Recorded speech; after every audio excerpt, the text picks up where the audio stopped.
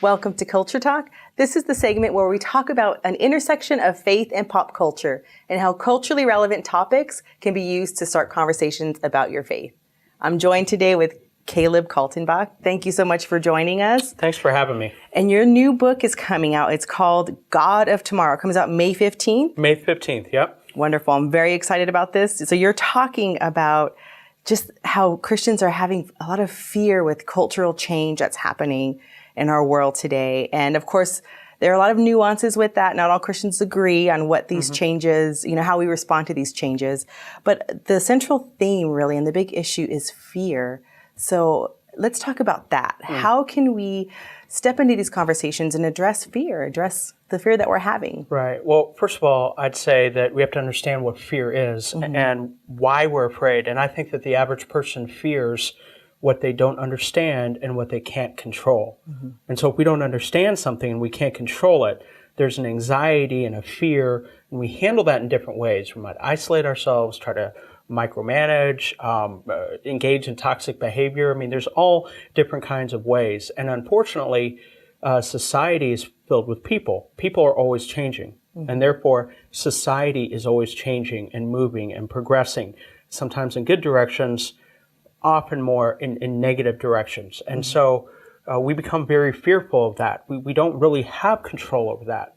But I believe that the one thing that we can do, and we see this in the life of Jesus and Peter and Paul, is that they really believed that God was in control, that he was sitting on his throne, that he had complete authority and power, that he had a plan for the future, and that plan for the future, for tomorrow, enabled them to offer hope to people today. So then just kind of resting in that trust that God is here for today and for tomorrow. He has plans. And so when we start to get fearful, to maybe kind of go back and rest in that's great advice. So now something that we kind of hear as change is coming up, that people want to return to the good old days. And that can be a trigger for some people. Can you explain how returning to the good old days can unintentionally hurt people? I think whenever you have an election year, or whether it's presidential, midterm, or whatever, you have a lot of people that become nostalgic for the good old days and the times when things were good for them. Right. And if they were good for them, a lot of people interpret that as being good for the entire country. The fact of the matter is that going backwards doesn't help, because the good old days were not good old days for everyone. Right. And so if we were to go back, there'd be a lot of people who were hurt, and you just can't. One of my favorite illustrations is that if we follow Jesus, we're always walking forward. Jesus doesn't walk backwards, he walks forward. And so we need to continue walking forward. And yes, things will get worse. Yes, there will be some good things that happen, but we still need to make the most of the day that we're in, be fully present, and trust in God's presence. Otherwise, trying to go backwards is trying to fulfill something in ourselves selfishly, and what we interpret as being good for the rest of the country, but it really wasn't the good old days for everyone. Right, and that's an excellent point, because then there are people who maybe their grandparents or even their parents felt a lot of that being marginalized, and so when they think of going back to the good old days, they remember, or they can recall and ask their ancestors or their family that it wasn't good for them. So that's a good point.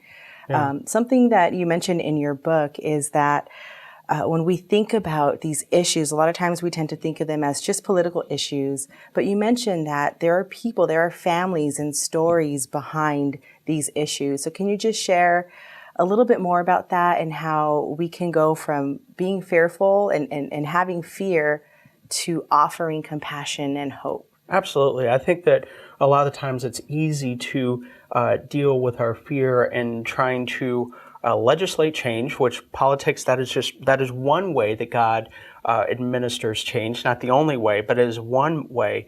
But a lot of the times we think that is the way, and we focus on these issues, and yet we forget some of the times that behind every single issue, there are people. And when we just categorize people as issues or platforms or bills or so on, it's easy to gloss over them. But I think it's much harder for us to put a face with the issue, right. Whether it's about immigration, whether it's about family issues, whether it's about terrorism or whatever. there are real people, there are real hurting people with this. And I think the number one way that we can do this is to increase our empathy. And I think Jesus talks about empathy in Matthew 5:38 through 48, when he says, if you only love those who love you, what reward will you get? And Brene Brown, who wrote a book called Gifts of Imperfection and Daring Greatly, she says that empathy is to feel with another person. And then Reggie Joiner, who is the head of Rethink Orange, he says that empathy is to put your own thoughts and feelings on pause long enough to think and feel with another person. Yeah. And so I think empathy is not necessarily agreeing, but empathy is acknowledging feeling with another person. And I think the more that we put faces with the issues that we're dealing with, I think the more compassion we'll have. Yeah, thank you so much for that. So empathy is definitely a wonderful tip for people. So where can people find you online? You can go to CalebKaltenbach.com. Twitter, Instagram, Facebook is Caleb Wilds, at Caleb Wilds. Amazon, Barnes & Noble, Books A Million, wherever books are sold. Awesome. Thank you so much for joining us. If you want to hear more from Caleb, you can check out his book, God of Tomorrow, on Amazon or any place that you buy books.